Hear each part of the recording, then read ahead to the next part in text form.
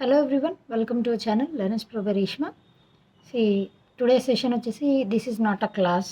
ఇది class session కాదు, ఇంకొకటి కాదు. కాకపోతే జస్ట్ నేను నా నా ఎక్స్పీరియన్సెస్ని మీతో షేర్ చేసుకోవాలని మీ ముందుకు వచ్చాను.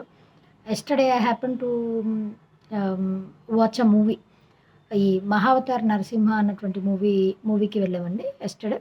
అయితే దాని నుంచి మనం ఏమేమి నేర్చుకోవచ్చు, ఆ మూవీ నుంచి కూడా కొన్ని అంశాలు మనం నేర్చుకునే ఉన్నాయి.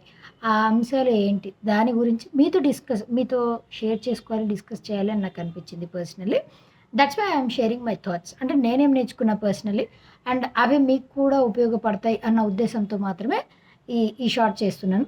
బేసిక్లీ ఆ మహావతార్ నరసింహ స్టోరీ అంతా మీకు తెలుసు. లైక్ హిరణ్యకశిపుడు ఉంటాడు. ఆయన విష్ణు మీద రివెంజ్ తీసుకోవడం కోసమని చెప్పేసి బ్రహ్మదేవుడి నుంచి వరం పొందుతాడు. అట్లా నన్నెవరు అంటే సో అండ్ సో కండిషన్స్‌లో ఎవరు నన్ను చంపడానికి వీల్లేదు అని చెప్పేసి.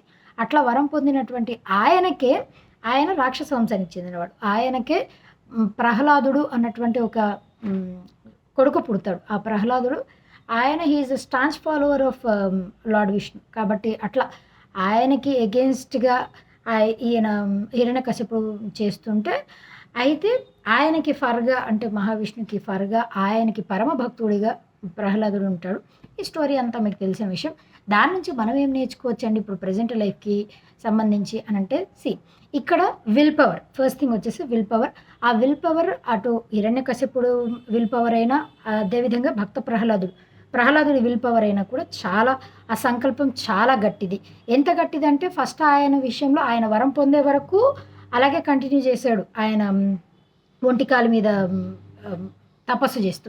అండ్ ప్రహ్లాదుడు విష్ణువుని చూసేంత వరకు కూడా దానినే ఫాలో అవుతూ వచ్చాడు. కాబట్టి ఇక్కడ ఈ 2 క్యారెక్టర్స్ నుంచి మనం విల్ పవర్ నేర్చుకోవచ్చు. అండ్ ఇంకొక విషయం ఏంటి అనంటే, ప్రహ్లాదుడిని ఎన్నిసార్లు చంపేయాలి అని అనుకున్నప్పటికీ కూడా అది విఫలమవుతూ ఉంటుంది. అట్లా అయినప్పటికీ కూడా అన్ని అటెంప్ట్స్ తర్వాత కూడా ప్రహ్లాదుడు ఫైనల్‌గా విష్ణుమూర్తిని మీట్ అవ్వాలి అన్న సంకల్పంతోనే ఉంటాడు. అంటే ఇట్లా మనకి డైలీ లైఫ్‌లో కూడా చాలామంది చాలా రకాలుగా మనల్ని డిప్రెస్ చేయటానికి, లేదు అనంటే మనల్ని డీమోటివేట్ చేయడానికి ట్రై చేస్తూ ఉంటారు. But we should stay motivated. కాబట్టి ఇవన్నీ కూడా మనకి స్టెప్పింగ్ స్టోన్స్ లాగా ఉండాలి. అంతేకానీ మనం డిప్రెస్ అయిపోయి అక్కడే ఉండిపోవద్దు. ఇది మనం నేర్చుకోవాల్సినటువంటి అంశాలు. ఈ మూవీ నుంచి నాకు పర్సనల్‌గా అనిపించింది. అందుకే నేను మీతో షేర్ చేసుకుంటున్నాను. సబ్స్క్రైబ్ చేసుకోకపోతే do subscribe to our channel. Keep watching, keep learning. Thank you.